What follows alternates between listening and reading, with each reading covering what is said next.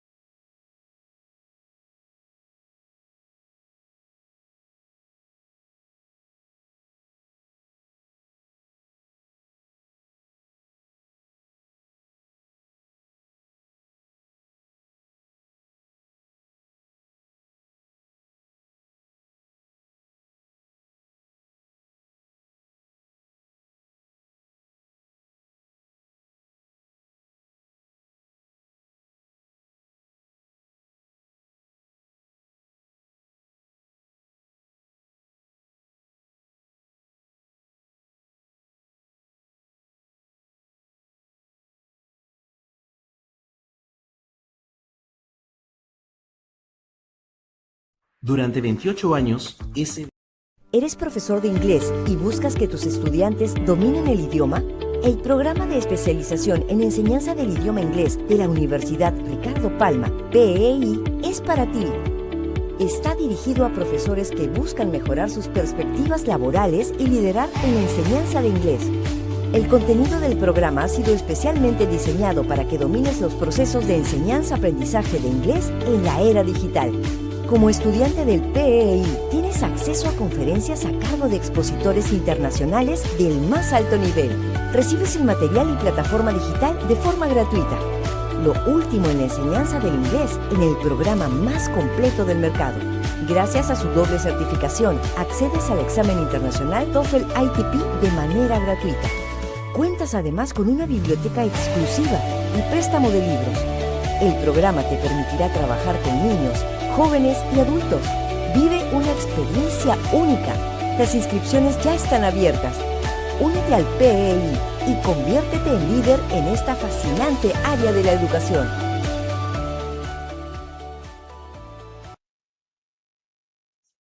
Thank you, everyone, for watching the video, and thank you, the team at the backstage.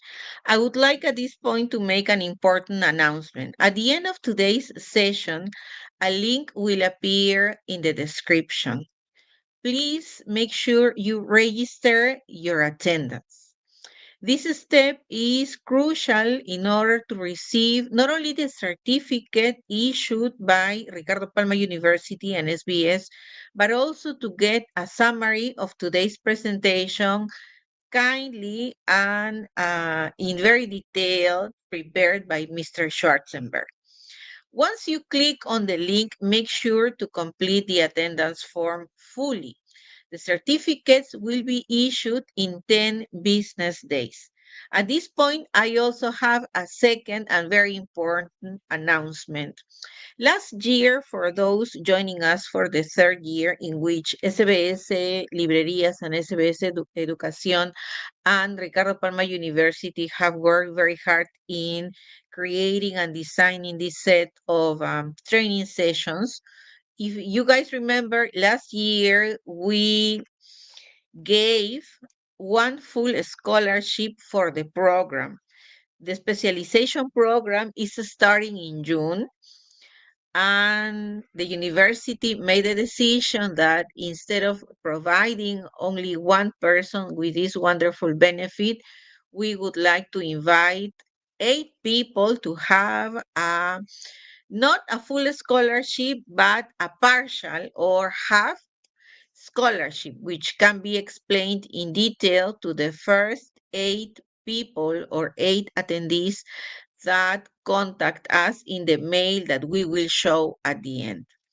This is a benefit that we share with SBS in an effort to provide teachers of English with all the possibilities to shine in the ELT area. So we hope you make use of this benefit. It's going to be given to 8 teachers, and at the very end, Mr. Schwarzenberg will also mention it. So if you are, you will make use, if you make use of this benefit, we hope to see you at the university. At this point, I would like to invite you to warm Mr. Simón Schwarzemberg. And I would like to read his biodata. Mr. Schwarzenberg is a graduate from the English teaching program for primary and secondary education at Andrés Bello University in Chile. He furthered his studies abroad by completing an academic English course at Brigham Young University in Utah, the US. In 2019, he moved back to Peru to pursue the specialization program in English language teaching at Ricardo Palma University. He has completed a master's degree in higher education at Ricardo Palma University and holds international certifications such as the CAE, the TOEFL ITP, the MET from Michigan University, the TKT from Cambridge, and many more. Currently, Simon works as an academic support at the Language Center, and more importantly, he is part of the teaching staff at the specialization program. So without further ado, I would like you all to welcome from your homes with an applause that I can hear up to here, Mr. Simón Schwarzemberg. Hello, Simon. Hello. Thank you very much, Monica, for the lovely introduction. Thank you, everyone, so much for joining us today and jumping in. Before we start, I just want to say that you can feel free to use the chat box, leave your comments, share some of your experiences, and in the use of digital technology in offline classes. I will ask for your participation during the conference.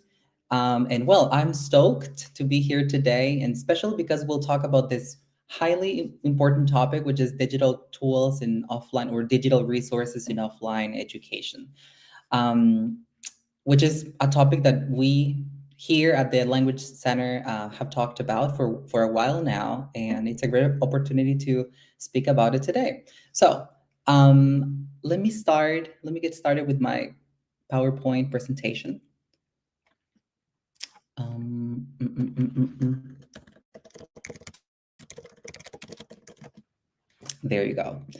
So, the aims of today's session are to basically examine recent global trends on the use of digital technology in the English classroom. And then, after we have all this knowledge, we're going to implement it appropriately in offline environments. So, I'll be reading the comments. There's a slight delay in the transmission. However, I will give you some time to provide your ideas so we can interact and have fun. And because we will have the trends, we are going to implement it. So previously, on our previous online conference, we've had two conferences since the last time we saw each other. One that was face-to-face last month, and well, 2 months ago, we had a conference about digital competence for educators. And we reviewed some frameworks related to the topic. So if you'd like to identify how digitally competent you are, you can fill in the survey. You can maybe go back to the video, like pause the video, scan the QR code, and complete the survey. This survey is from the European Union, which is the entity that created the framework, the DigComp Edu we talked about 2 months ago. So this is kind of the second part of the digital technology conferences. And with this survey, maybe you can invite your communities to and other fellow teachers to start a conversation about this very important topic. Now, our topic is offline education, but we also have online education. So I'd like to know first, do you currently teach online classes or offline classes? Let's say face-to-face. Maybe you can write on the chat so I can have an idea of what the public are doing, what you guys are doing at your schools, institutions, universities, language centers, etc. Okay, both.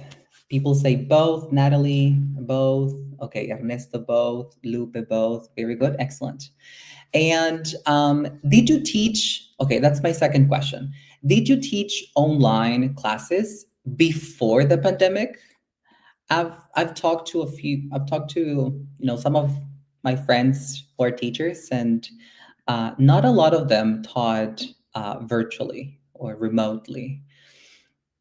Okay, very good. Yes, I did, says Marisol. Excellent. Very good. Not before. All right. So online classes, no. All right. That's excellent.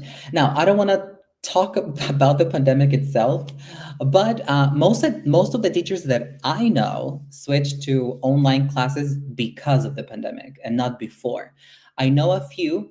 I had classes, online classes before the pandemic, but they were through Skype, which I don't know if it still exists.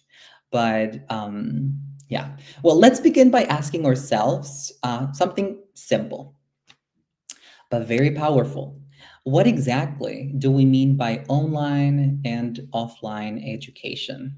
Maybe you can give me some ideas of or the differences. What, how do you understand those two concepts? And because surprisingly, there was a lot of misconceptions around these two terms, and When we talk about no, okay. Oh, more people are commenting. We have hybrid classes now online for a long time, offline. Okay, yes, very good. So maybe we can start talking about those two differences. When we talk about online education or online classes, we think about flexibility. It's all about learning through digital technology, for instance, a laptop, a computer, hopefully not a phone, which could happen, right? Not ideally. And from any location, which is great, right? And as long as you have a device and internet connection with you. It's great for students who need flexibility or don't have a lot of time to move from one location to another, or for those who can't attend traditional classes. But it also demands a lot of discipline, time management, good connectivity, and let's be honest, not all of the students have that. Now, I am not going to talk about which one is better. Of course, they the both of them have pros and cons, and ultimately is it's up to you to decide. When we talk about offline education, is what many of us grew up with, right? We call them face-to-face lessons, classroom-based, clases presenciales. Why not? Workshops, and it's all about human interaction. It's where teachers can read the room, when you see the students' faces, the students' gestures, you can adjust your class based on the students' expressions. You can build connections. You can walk around the class. And it's what all of us did here before the pandemic. So, here's the key, right? Offline education doesn't mean no technology at all. It means technology isn't the focus, learning is the focus. So, offline education can, when done right, embraces technology without being dependent on it. It's about intentional use. It's about using tools and resources when they serve a purpose and knowing when to set them aside. Now, I have a lot of comments there. All my classes are virtual. I prefer offline. In online sessions, learners don't pay attention. Yeah, it's hard, right? We are going to talk about the pros and cons of both of them.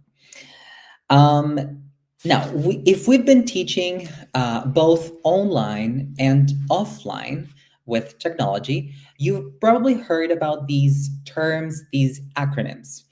So one might wonder, how did we even get here, right, to teaching online now?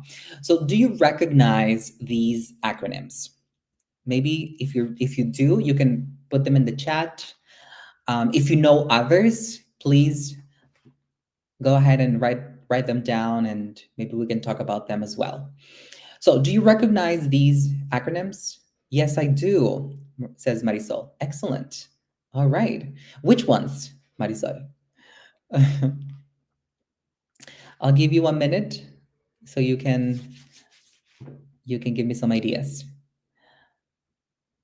LMS, LLM, and call. Okay. All right, that's good. That's excellent. I want to like the comment, but I can't. All right. So we are going to talk about them now.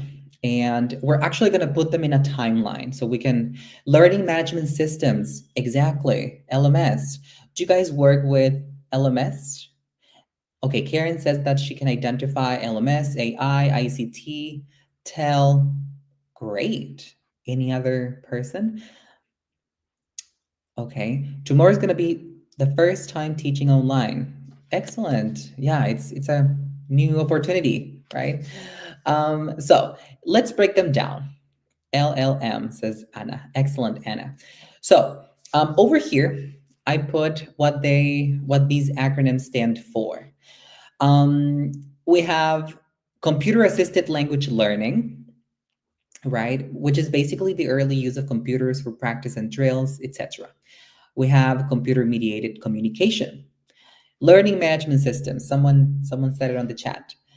Mobile assisted language learning. Technology enhanced language learning. ICT, right? Very popular.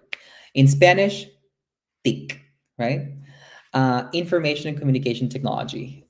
We have the SAMR model. That's a model that from the substitution, augmentation, modification, and redefinition.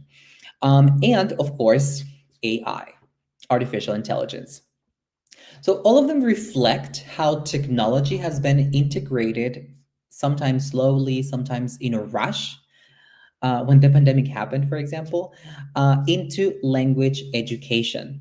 And from the early days of call, when we used CDs for grammar drills, to the mobile assisted language learning, where students use their phones for podcasts, for example, it's not just about using them because they exist, right? It's about asking ourselves, what is it for, right? When is the best time in my class, during my class, to use this, right? How deeply is it changing the way we teach or the way our students learn? So maybe we can unpack this timeline over here. This is a timeline I created and I show in the module, right? I teach the module on digital teaching and learning in ELT in a digital era. So this timeline didn't, technology just didn't appear in education during the pandemic, right? We've actually been building this relationship with technology in ELT for decades now. And it's been slowly, it's been in waves. So let me walk you through a quick timeline of how these frameworks in English language teaching have evolved over time, especially in relation to technology, right? So we have, for example, we start with CALL, with the computer-assisted language learning, with the CDs and grammar softwares. After that, we go to CMC, where the computer was not just, oh look, I have a CD, I'm going to use it, but more of a communication, right? It was used to communicate, right? To write emails, chat rooms, forums, those very famous pen pals, right? When you write to your friends in the States or in Canada, in a English speaking country. And after that, we started with the ICT as a term, like it's a big term, and became a broader umbrella, right? Bringing technology into like general educational settings. After that, we have the phones. We have how technology can enhance the language process and encourage the use of videos, the use of games, web tools, apps, LMS, right? Learning management systems. We have open source, closed source, like Moodle, Blackboard, Canva. And then we have, for example, I don't know, if you work with National Geographic Learning, you probably use Spark, right? Where everything is included there. So it's all there. Sometimes it's in our daily life and we don't even know. And then we have artificial intelligence, right? From personalized feedback to content generation, and it's been a boom, right?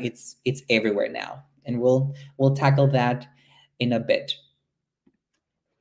So, do you use digital technology in class? Maybe you can take a second and write in the chat if you use digital technology and how. Okay. Oh, I'll take a look at the comments in the meantime. Offline allows me to get a more direct approach and interaction with students. Absolutely, I agree. Couldn't agree more, says Anna. Excellent. Cool. A lot, says Rosario. Says Rosario uses digital technology a lot. I use Spark. Yay, we have National Geographic users here. Excellent. Excellent. All right. So here's the real question. And I want you to be honest with yourself. I want you to be honest with me too. When you use these tools, do you stop and ask yourself, why am I using this? What for? Does this actually help my students learn better? Or is it just for fun, right? Because if let's pause a bit and think about our classrooms. Most of us are using technology. We're either using for showing a video, maybe you have your PowerPoint presentation, Google Slides. Well, I prefer Google Slides. Maybe Kahoot. We often hear that technology engages students, right? And we want to engage the students. But we do not just want to engage our students, we want them to truly learn. And sometimes technology is a distraction. Um, Sometimes technology is a distraction dressed up as innovation. And it's like this saying that all glitters is not gold, something like that. So, as a part of my job as an academic support at the Language Center, I observe classes, face-to-face lessons, online lessons, and I remember when I observed a teacher um, a few years ago, maybe 2 years ago. Um, she used Kahoot in the face-to-face class. So in she used it in that class, and then I observed her again, and she used it again, and then again. So it was something that she was doing it, um, systematically, I would say. So at first, the students were excited, but after a few weeks, I noticed that she used Kahoot all the time, and students were basically rolling their eyes. They were, looking at each other, and there was not an element of surprise anymore. No variation, no real challenge.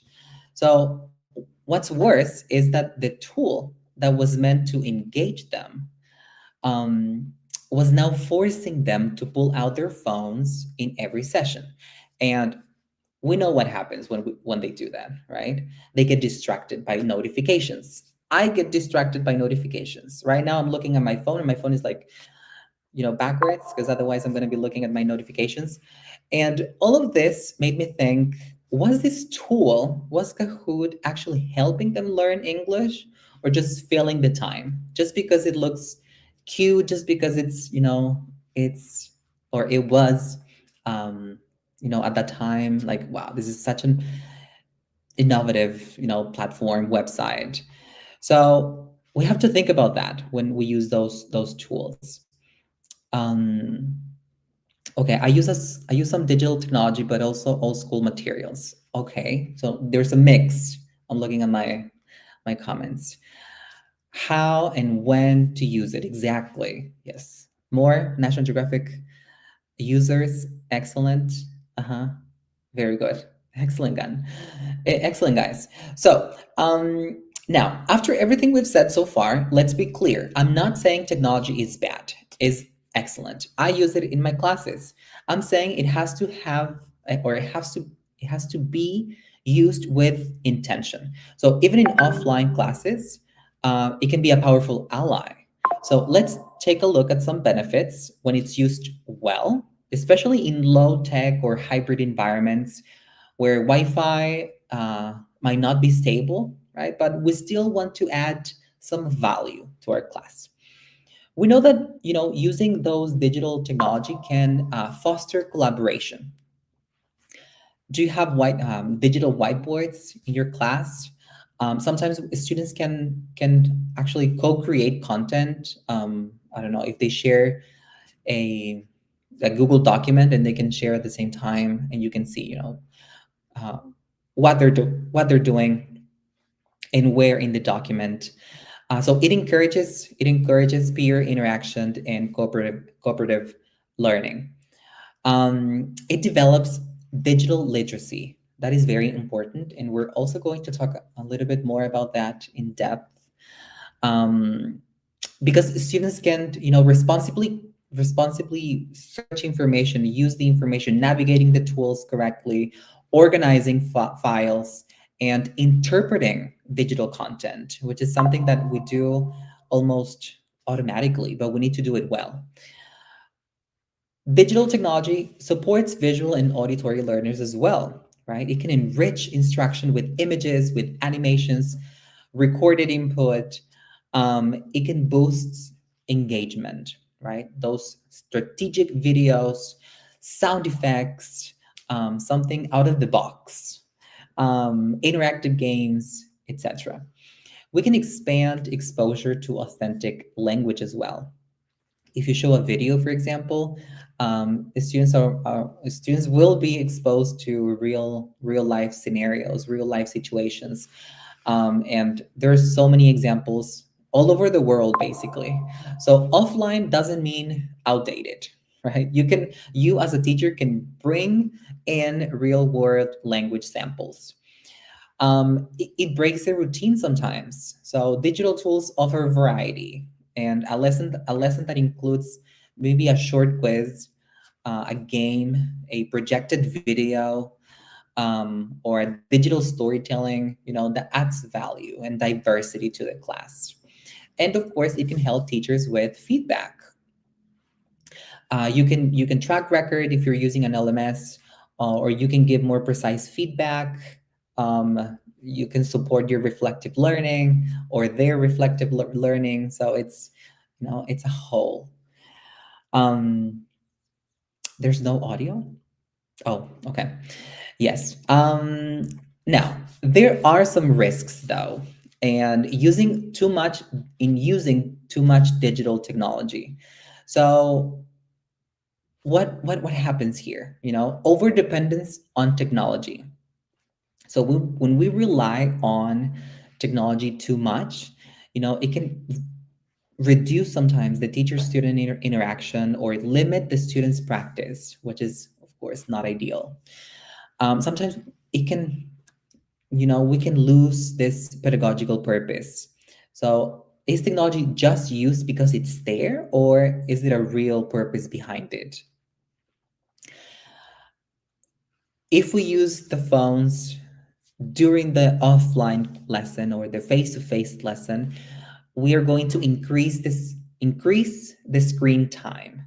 And this frequent exposure to screens can cause fatigue, reduce attention, the attention span, and they can lower the students' motivations, especially among young learners or younger learners. But I would say all of them, right? Now, equity and access issues. Not all the students have the same familiarity with tech tools. Some of them are a bit more techy than others, and that's okay, but there are gaps sometimes. Now, classroom management challenges. Using your phone or any other devices, if you go to a lab and all of them are using a computer, it's going to be chaotic. So it can lead to distractions, off-task behavior, or difficulties in maintaining focus. That could happen. And of course, the last one, and I think that's one of my nightmares. Sometimes I dream about that I go to my class and there's no connection, so I cannot use my PowerPoint. So offline tools still depend on electricity, projectors, speakers, softwares. Do you have a plan B? What's going to happen if you don't have electricity that day at school, or if you can't use your projector? So yeah, that's a big issue. We need to have a plan B. Now, did you notice the picture? I created that picture using AI. Did you question my picture selection or not? It went over your head. Well, those things we need to be aware of, because sometimes we can use pictures and you just look at it, but you don't question it. So yes, this is AI. That teacher is not real. Yes, extra battery for as a plan B. Very good. Now, let's take a look at this example. Let's take a look at it, and I'm gonna tell you what I did. So this is ChatGPT. I asked ChatGPT to write a paragraph about the last vacation for an A1 or A2 level student. I don't remember. And look at this. That's what ChatGPT did. An excellent paragraph, right? It looks good, right? It's well structured, error-free, and sounds just like something a student might write, like a very, very good student would write. But here's the real question. Let's imagine the student gives you this. What do you do? Knowing that the student used ChatGPT, am I supposed to assess that or not? If a student submits this and doesn't mention it, that it was AI generated, how do we know it reflects their actual ability, like their grammar? Uh, Let me play that again. Their grammar, the vocabulary range. Like, do we know that? We don't. So this brings us to a big challenge.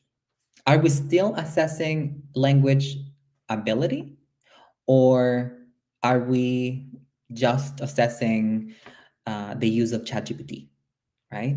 So again, we've just seen a paragraph that sounds like a solid student writing, but it was generated by AI in seconds. And if the work is clean, correct, and on topic, but wasn't actually written by the student, right? Can we still evaluate it fairly? I was talking to a teacher the other day, and the teacher told me that she sent like a writing task, a writing activity, a writing assignment, and some of the students, sent an AI generated material. So she said that she was not going to evaluate it, and I said, "Wow, I haven't thought about that, because of course it's, what am I going to evaluate? It's not even the students' ideas."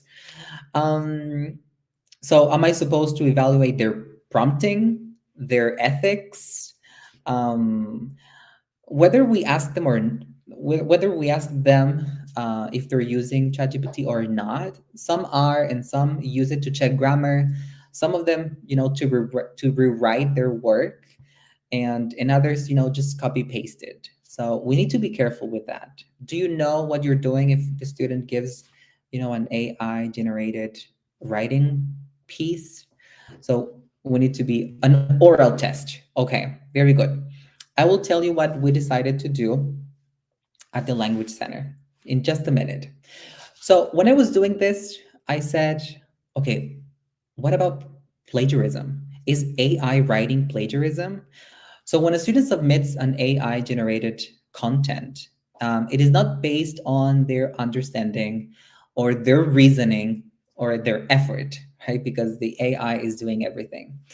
The AI has synthesized the idea, the argument, the structure, everything. So academic integrity relies on ownership of ideas. So plagiarism isn't just about copying the text, but about claiming work that you didn't create, right? So it's like copying it and say, look, this is mine. So is it plagiarism? I'd say yes, but actually no, because the text was stolen from another person. So, but because it's not truly their work, it's not their understanding or effort, it's not their intellectual product. So it's in between, right? Because it's not yours, but it's from the AI. Am I gonna blame the AI? No. So let's remember, AI doesn't think or understand, the students do. So we need to be careful about that. Do your schools or institutions, language centers, universities have have a policy about this?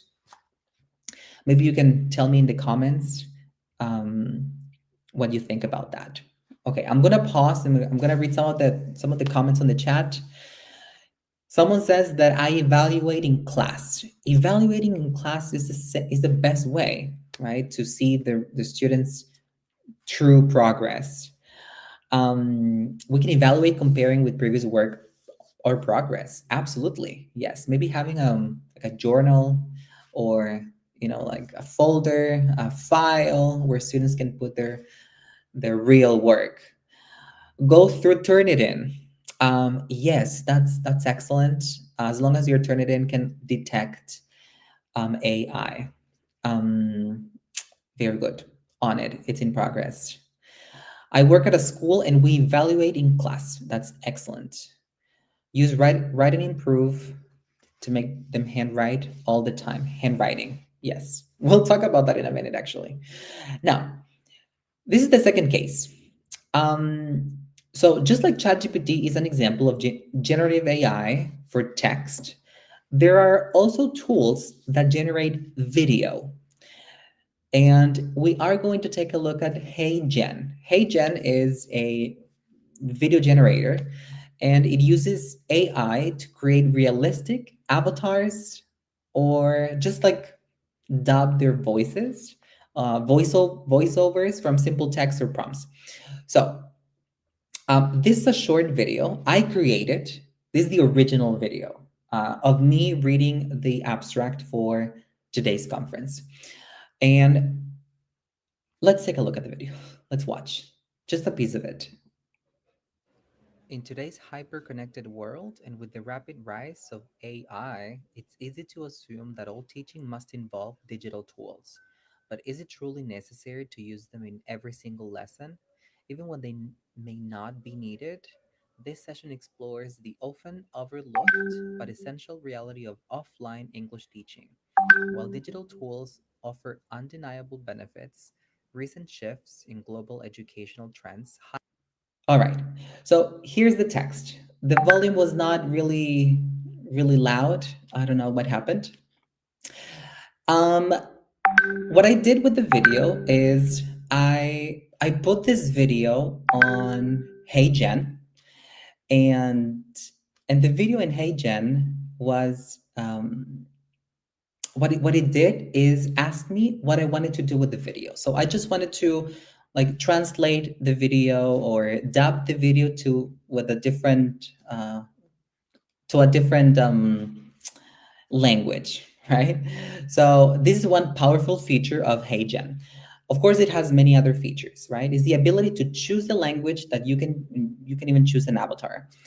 An avatar is like a random person saying what you want them to say. So if you don't want to say it, maybe an avatar can do it for you. Now, I could make the same video in Spanish, in French, in German, Danish, you name it. You name it. I mean, not actually. We don't have all of the languages yet. It depends on the voice options available, as you can see there in the in the image. So what I did was to try it. I wanted to see how if I'm going to be impressed or not. So, does anyone speak French here or not? I don't speak French.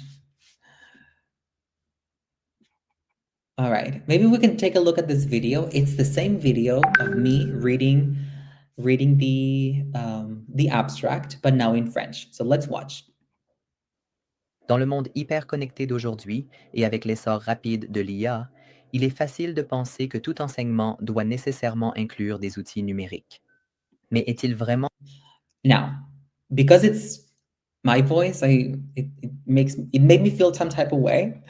So I decided to go to Spanish. Let's see if I sound the same in Spanish, with a voiceover. So, well, you haven't heard me speaking Spanish yet, but let's watch it.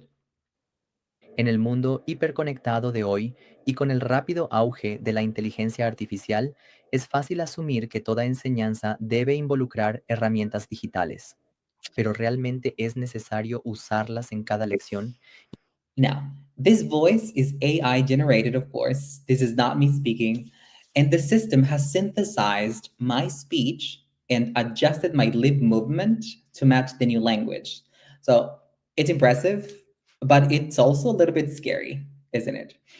So now, if you're going to ask your students to send you a 1-minute video about their last vacation, think about this, right? They could be doing this, right? And it's crazy because they use my same pitch, like intonation.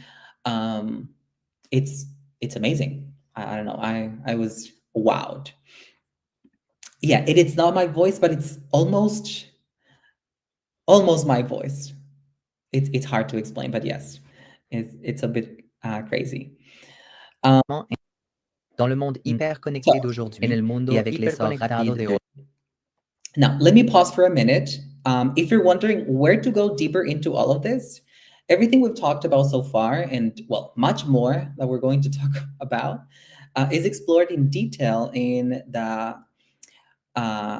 Programa de Especialización en Enseñanza del Idioma Inglés. You see, I'm speaking Spanish now. In this specialization program for English language teachers. In the program, we don't just look at digital tools. Well, it's one module about it, completely over a month talking about this. Very, very interesting. And well, we'll talk about this more in depth. We start in June. So if you have any questions, you can, write to us. We have here the email and the phone number. And we have surprises at the end. So if you stay until the end, you might participate in a surprise.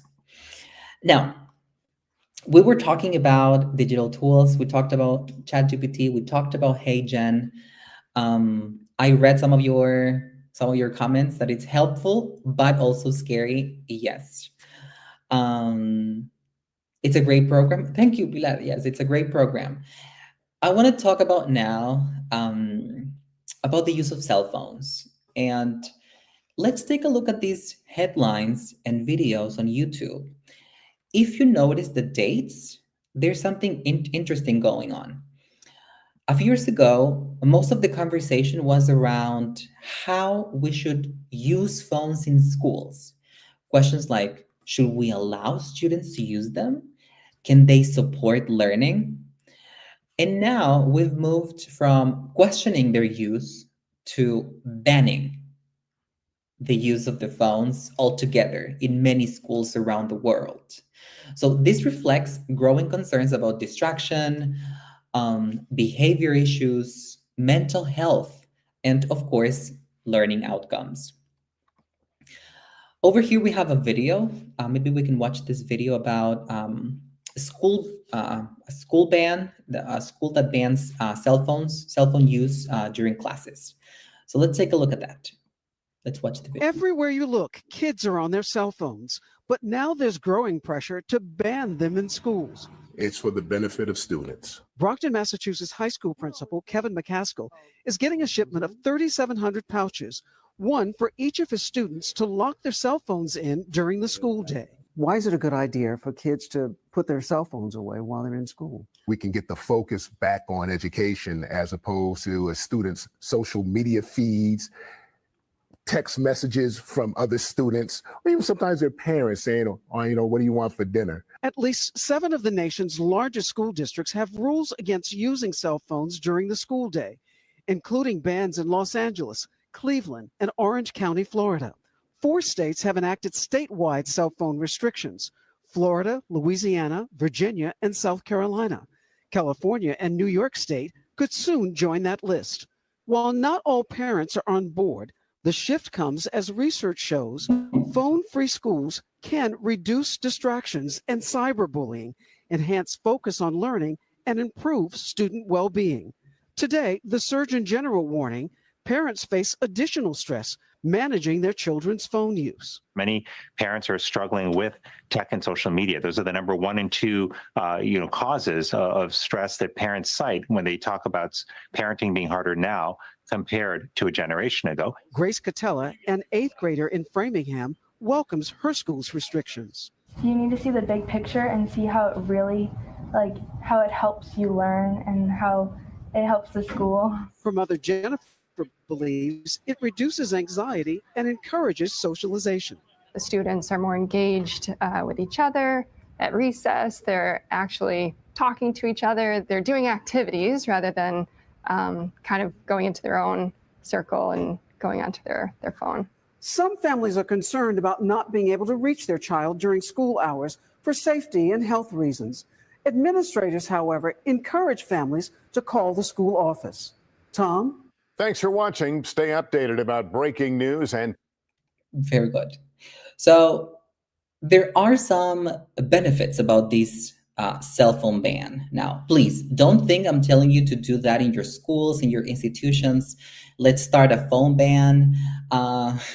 In another conference, someone told me that I said X and then I didn't say that. But don't think I'm pushing you to a ban of phones.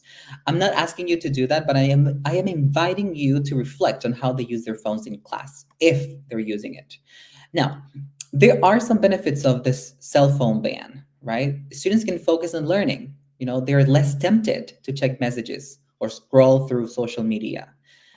We can also reduce distractions. We can minimize distractions. Notifications are very distracting. We can reduce cyberbullying. They mentioned cyberbullying as well. So limiting phone uses. The phone use means fewer opportunities as well. They can improve students, or that can improve students' well-being. So less screen times has been linked to better sleep, to lower anxiety, and of course, healthier peer relationships. And then encourage this interaction. Without screens, students are, we kind of push them or force them to interact, to collaborate, and to build social emotional skills, which are so important now. Now, in the video, they showed this yonder pouch, which is what the students put. They put their cell phones there, and they lock it, and then they carry it everywhere. They carry it everywhere, and then at the end of the lesson, at the end of school day, they can open it, and it opens with one of those things that they use I don't know, at the supermarket when you buy clothes, right? Something like that. So I thought it was actually really, really interesting. Now, there are some cases, not only in the US, we have a case in Sweden. The Ministry of Education announced a national shift away from digital devices in early education. Why? Because they noticed that the declining reading skills in students, despite this Sweden's above average international rankings. So they were like lowering the rankings, and they said, we have to do something here. And so the government now plans to ban mandatory digital learning in preschools, invest over $90 million US dollars in printed textbooks. So printed textbooks are really, really important. If you have it in your phone, then you get distracted. So having the printed version is the best option. And promote handwriting and printed reading in early grades specifically, or especially, right? Now, we also have a case of schools in Chile this year. Several schools in Chile are seeing clear benefits from limiting cell phone use during the school day. They have had a positive, impact, and they said that they have noticed 45% of the post-pandemic disciplinary issues were linked to misuse of phones and social media. They also introduced this super recess where they could they could check their social media and then go back to the class. And they introduced initiatives like more extracurricular activities.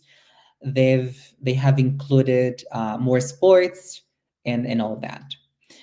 And of course, in Peru in 2025, they will regulate cell phone use in schools to improve learning. They will launch an awareness campaign to regulate the phone use. And the Ministry of Education they're working on it. Teachers will also receive training, which is great. But cell phones won't be banned completely. Students will still be able to use them during breaks or for health-related needs, or if they need to communicate with parents. Of course, in that case, they are going to be a little bit more flexible. So, does your institution have a cell phone policy? What do you guys think? What do you guys know? Do you know? Have you asked? Is it something you talk about with your fellow teachers? So yes, we do, Marisol. Okay, that's excellent. If you can expand on that, that would be awesome. Now, so maybe we can reflect here because the use of cell phones in class. What about If you have a policy about the use of cell phones, what about the use of AI? Do you have a policy about that? The integration of digital technology in lessons? Not at university, says Marisol. Anna says, yes, they're banned. Yes, you need to ask for permission if we want to use them in class, says Karen. That's excellent. Yeah, very good. So if you're aware of any tech-related policies, you can just write them down, and I'll be happy to see it here. So what can we do? At our Language Center, we have made a clear decision to go back to written, to paper-based exams. So let's be clear, this is not about going backwards. It's not a rejection of technology. It's not that we're against it. It's about ensuring that the students truly learn, that they can think, that they can organize their ideas without the use of ChatGPT, that they can express themselves independently without relying on the screen. And in today's world, where tools like ChatGPT can generate full paragraphs in seconds, we need authentic assessment spaces. So that's why we've decided to do that. Because our classes are hybrid, right? We have some of them are face-to-face, and then some of them are offline, face-to-face, or workshops, right? Now, when I was doing this conference, I found this, that back in 1986, a small group of math teachers actually protested outside the National Council of Teachers of Mathematics because they were worried about the using of calculators. So I saw that and I said, wow, is this happening again? But now with AI. So it sparked a big debate at the time. And I think it's, AI has sparked a new debate now around it. So we're here again, just with newer tools, different tools. So because we're talking about, and we've talked about AI and we've talked about ChatGPT, maybe we can talk about artificial intelligence. So what is artificial intelligence? Using your own words. It's a pop quiz. What is artificial intelligence? After that, I'll show you the video, but I want to hear you first. Any ideas?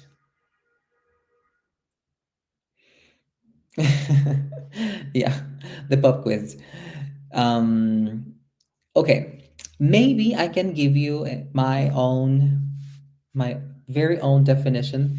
Is a tool, says Yerika here, teacher. It is a tool. Yes, it's a tool that we can use, that students can use. So I put here that in simple terms, artificial intelligence is the ability of a machine or system to perform tasks that normally require human intelligence, right? This includes tasks such as learning from experience, recognizing patterns, making decisions, solving problems, etc. More people are trained models that serve a purpose. Cell phones is, very good. So maybe we can watch this short video. You've probably heard a lot about AI recently, but what is it really? AI, or artificial intelligence, is when we teach computers how to do things that usually require human intelligence, like identifying an object, understanding human speech, and even talking. But how do you teach a computer to learn and think? Well, it's kind of like when you train a pet to do tricks. Think of AI as a robot dog that you're training to fetch a toy.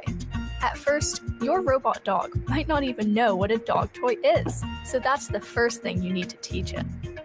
You show it lots of pictures of dog toys so that it learns to recognize them quickly and easily. It might make some mistakes at first, but with each correct answer, it gets a reward. Over time, the dog's recognition improves, the same way you improve at any task the more you do it.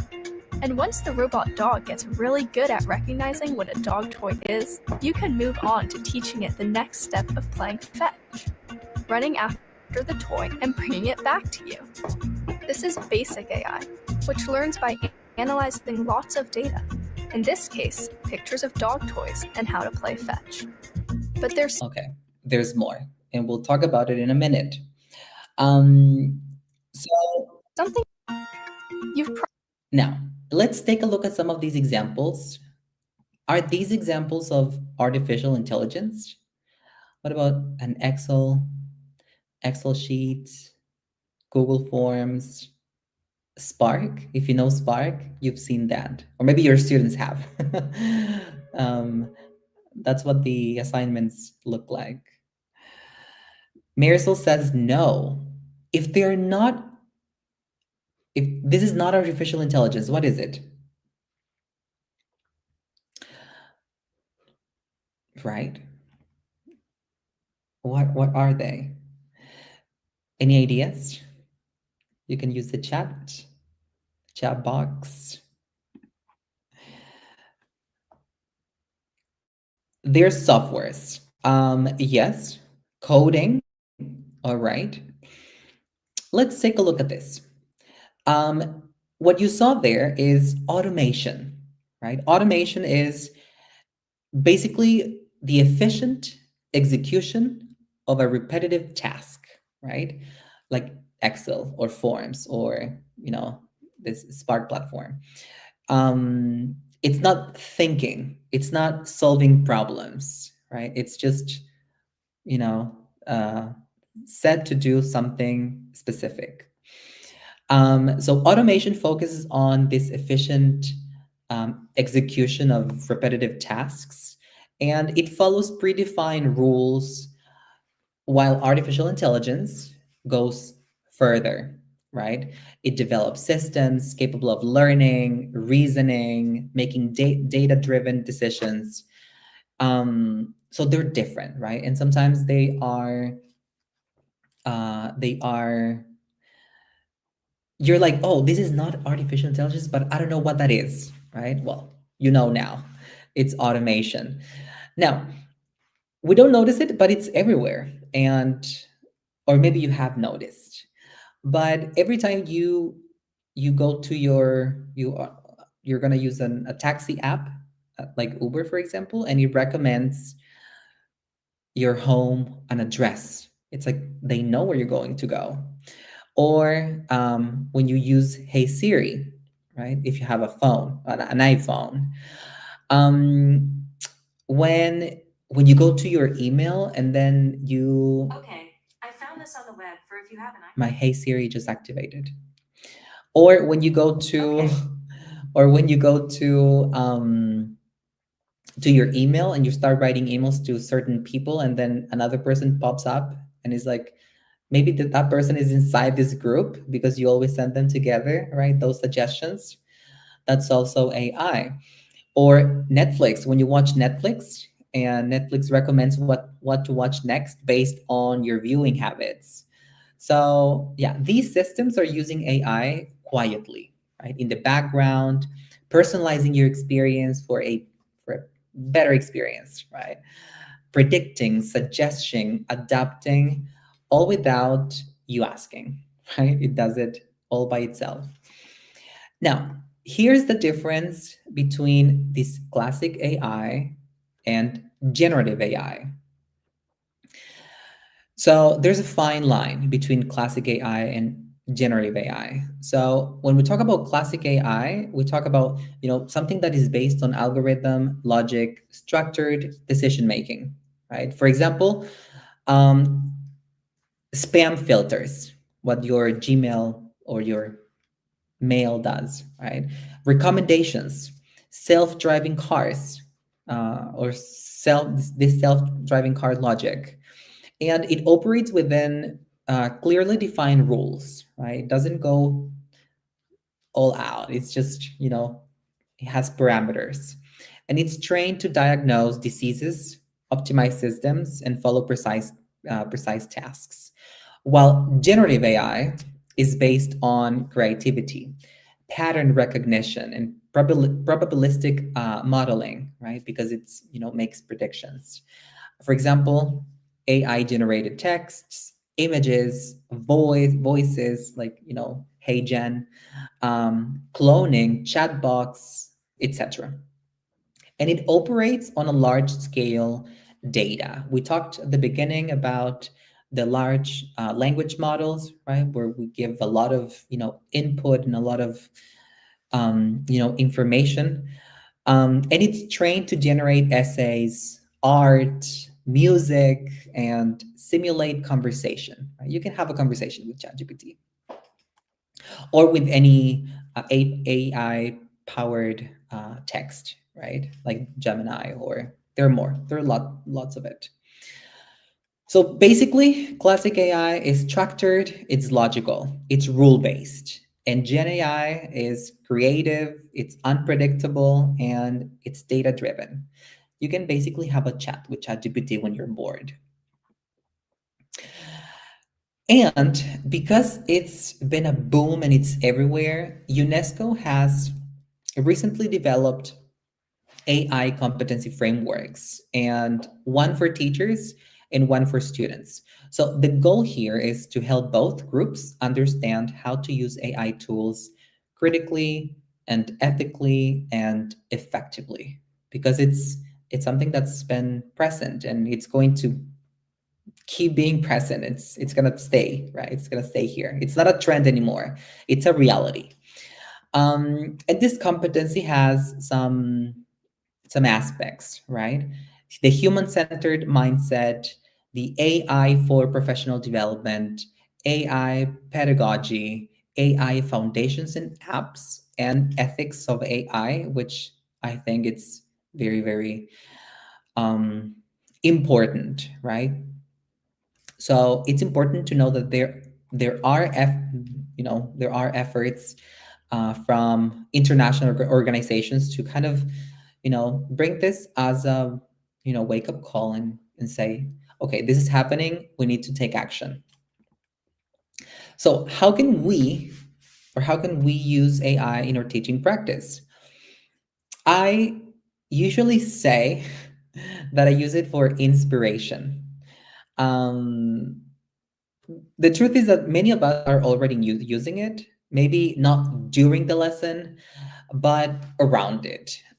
When I teach, for example, and sometimes I'm running out of ideas for a warm-up, I say, okay, what can I do for a warm-up, right? It gives me a list of options, and some of them I like, some of them I don't, and I select from that. So, for instance, some teachers use it to generate quizzes, questions.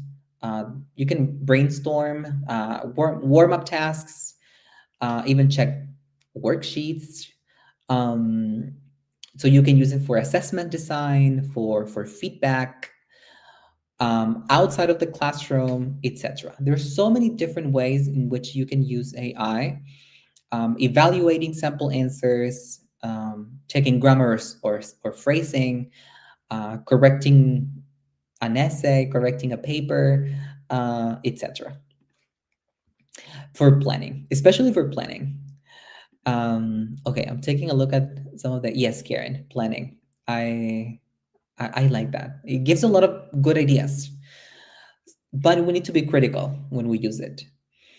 Now, there is one app that it's AI powered, and it's Conquer AI. Do you know Conquer AI? And why do I like Conquer AI is because you can create quizzes. But when you use, for example, ChatGPT and you create a quiz, the quiz stays there. If you use the Conquer AI can actually create a Google Forms for you. So what I do is I just go there. I just select the subject because, this can work for biology, for chemistry, etc. After that, I select the number of questions, the question type, multiple choice or true or false, etc., the grade level, the language. And after that, you have to input the reading material. So it's going to be about what? And you can just put it there.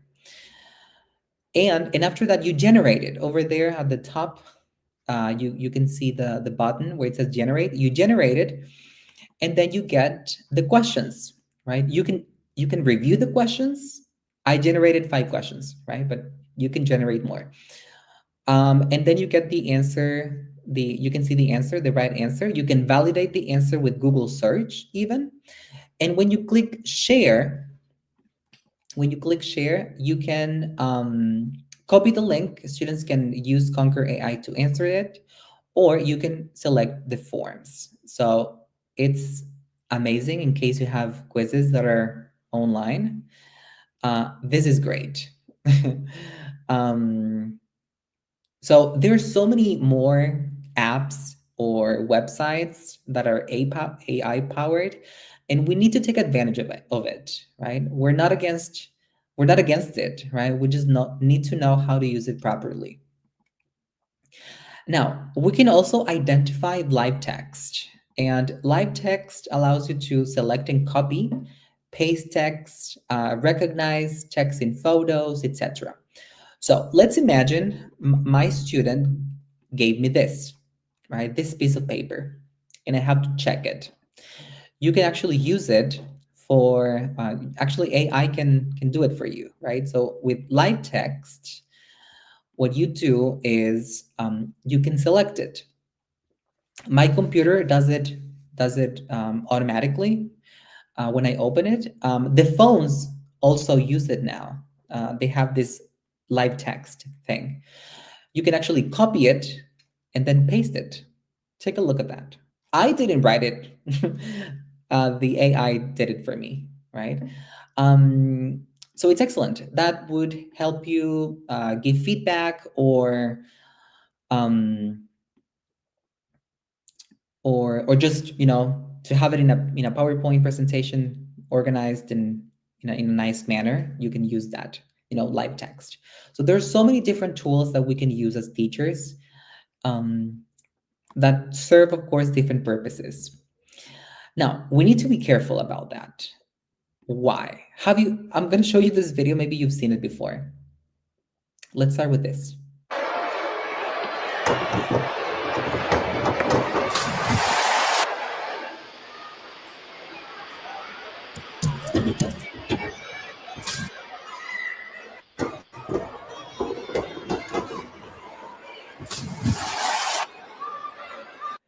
Now, these videos are viral now, and they're everywhere. So the first time I saw it, I was looking at it for like a while, because it looks very real. But of course, I know a cat is not gonna do that. I have 2 cats, and my cats are not gonna do that. So look, here's another one. Angela Carter here, live from the Cedar Grove flood disaster. Just kidding, I'm not real. This is Dana Brooks reporting live from Ocean View Beach. Just kidding, I'm not real. This is Charlotte Reed reporting live from Clearwater Beach, where an unidentified... Just kidding, I'm not real. So when we take a look at that, sometimes you have to wonder, and you have to be critical. Is this true? Is this real? Especially now, because AI is everywhere. People have started this passion for creating fake news, false information. So it could be dangerous. The other day, I showed my mother something that it was a dog. It was a dog that was in my bed, and she was like, "Why is the dog in your bed?" And I was like, "Mom, I don't even have a dog. That dog is is AI." So yes, it's something we need to consider now. Angela. So, and here's why: the importance of multiple literacies. Multiple literacies, especially digital literacy, right? But of course, all of them are important. But for the purpose of this conference, we're going to focus on digital literacy, and I really love the word literate, right, in English, because it doesn't just mean being able to read and write. It means being aware, being competent, being empowered. And in today's world, being literate means being able to navigate digital tools, evaluate information, spot missing information or misinformation, or AI generated content, communicate effectively in multiple formats: text, video, voice, memes, etc. And we've had a couple of conferences about multiple literacies at the university, because we know we care about this very interesting topic to us. And yeah, yes, we need to be more critical. I'm taking a look at the comments. So as educators, our job isn't just to teach English. It's to teach students how to live, how to learn, and how to think critically in a world shaped by technology, because everything communicates, right? Images communicate. The way someone uses, words, it communicate. Gestures communicate. Everything. So we need to be able to kind of spot those things and like put them into practice. Now, let's watch out, because in everyday life, or maybe when you're surfing the internet, sometimes we don't take a look or pause for things and think about, or we start criticizing things, right? Especially when we're not at work, or and you're just having fun watching TikTok or reels on Instagram, Facebook. So we have, for example, spam filters. Every time I read something now, an article or a piece of news, I took this from a piece of news. It says this article is more than a year ago. So it's letting me know that this might be too old. It's not recent. It may have changed. The same happens when you receive a forwarded message or video or image on WhatsApp, and you get this alert that says that it has been forwarded many times. So we need to be careful with that.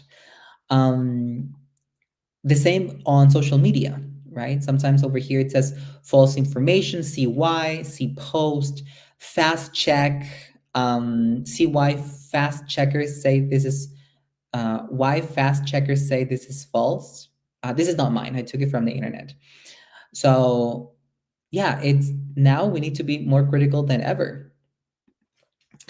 And well, we're going towards the end of the session. So basically, just to wrap up what we've talked about today, here are some of my final thoughts. So in-person interaction and emotional connection, they remain vital in language learning, because technology can't replace a smile. Technology cannot replace a gesture, right? Or a teacher's presence. So digital tools can enrich offline classes, especially when we used it with a clear purpose, with creativity, and not just for the sake of using tech. The same with the story of the teacher that used Kahoot, right? We need to be conscious of why we're using it. Are the students going to like it? Everything used too many times is going to bore the students. So of course, we don't want that. Overuse can lead to disengagement, dependency, or distractions, right? So too much tech, in this case, or the wrong kind of technology, digital technology. Let's remember that everything is technology. So we're talking about digital technology. Or the wrong kind can lead to, disengagement. We don't want the students to disengage. We know that they have a short attention span, so we want to keep them engaged, but in a way that they can, fulfill our pedagogical goals. And of course, we don't want distractions in our class. So we are going to avoid the cell phones in the class. Do you avoid cell phones in class? Some of you said yes in the past, but now we have more people. So I don't know if they share their comments with us as well. Now, AI should support, not replace, pedagogy. Teachers must lead with educational goals and not trends. So not because something is trendy, not because something is shiny, we're going to start using it, right? As long as we have a goal, we're going to use it. We are the ones who decide. We are the ones who decide why and how, and not the algorithm, right? So I'm going to fight against the algorithm, and I'm going to do things because I know that's the right way of doing it. Global trends show a push for balance. So around the world now, there's a clear push for a balance, a thoughtful, a responsible use of technology in education.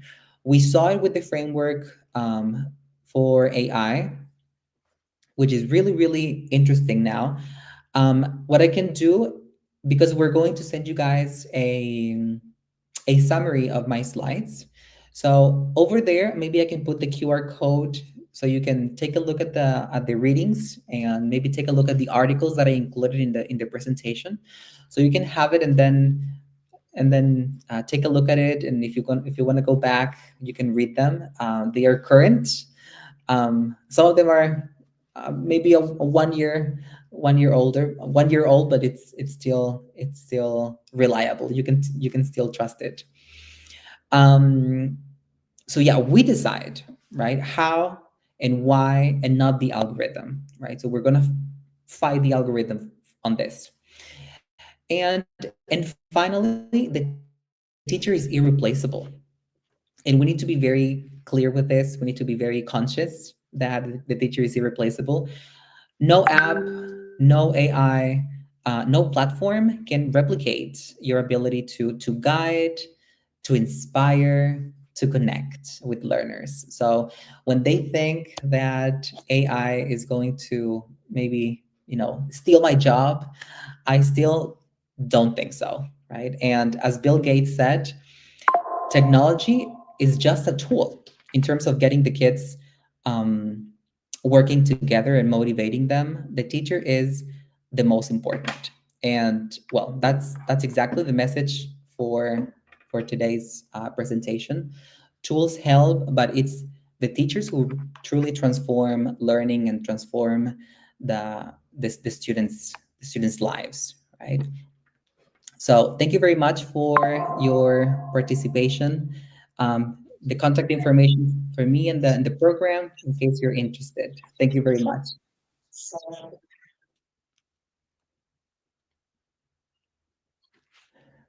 Thank you very much, Simon, for a wonderful presentation on the world as it is today. We are very happy to learn about artificial intelligence, generative artificial intelligence, and all the topics you have very quickly covered in such a short period of time. I would like to mention that these topics are covered in depth in the module that precisely Mr. Schwarzemberg organizes as part of the program.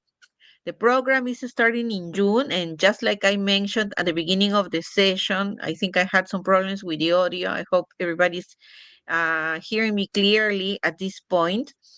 We are giving 8, I'm going to say the term in Spanish so that everybody can use the term when they talk to the administrative personnel, beca parcial. That is precisely what we are offering to 8 people, the first 8 people that contact us. During the session, we have added, yes, administratively, some items so that more people can benefit from learning about artificial intelligence and everything that entails being a teacher of English these days in the digital era, as you mentioned. Mhm. And only tomorrow and the day after, that's Friday, all the interviews and exams for getting into the program are gonna be free. So we offer this in an attempt to help as many teachers as possible to be part of the program, and with that, to take the next step in their professional growth, to grow professionally with us, and with that, have an impact on Peruvians' education.